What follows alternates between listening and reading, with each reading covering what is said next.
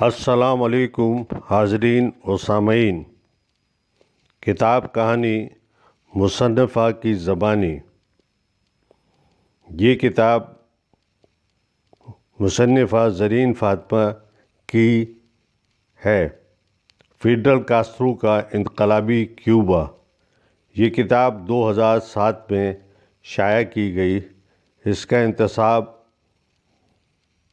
School کے زمانے کے بے حد عزیز دوستوں زرینہ الوی اور زاہدہ تقی کے نام۔ مصنفہ پیش لفظ میں تحریر فرماتی ہیں، کیوبا تو ایک چھوٹا سا واقعہ ہے، تم دنیا میں ہر جگہ شکست کھاؤ گے۔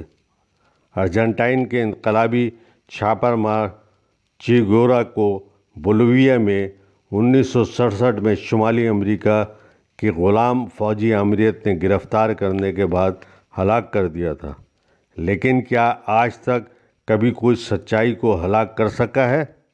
چے گیورا نے یانکی سامراج کے خلاف جس عزم کا اظہار کیا تھا وہ آج بھی زندہ ہے۔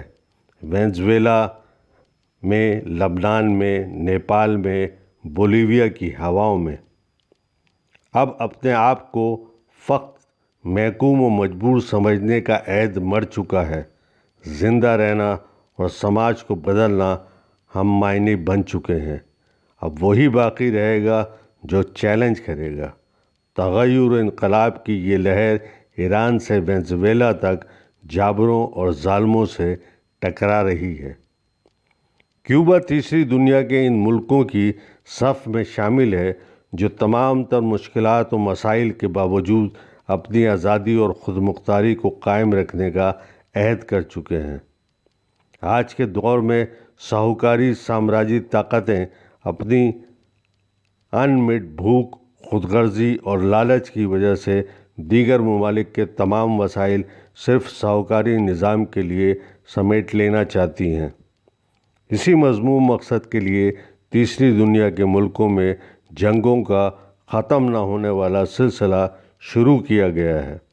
ایشیا، افریقہ اور جنوبی امریکہ کی قومیں اتنی بزدل، مجبور، بے بس اور بے حس نہیں ہیں کہ وہ اپنے کھیتوں اور کھلیانوں، شہروں اور تعلیمی اداروں، بچوں، نوجوانوں اور بزرگوں کی حفاظت نہ کر سکیں۔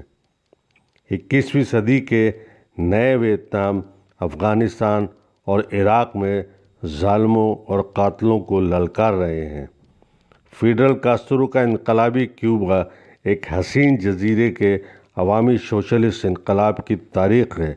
کیوبا کی تاریخ پر مختصر کتاب جنوبی امریکہ کے انقلابی عوام کو جاننے اور ان کی امنگوں اور آرزوؤں کو سمجھنے کی ایک کوشش ہے۔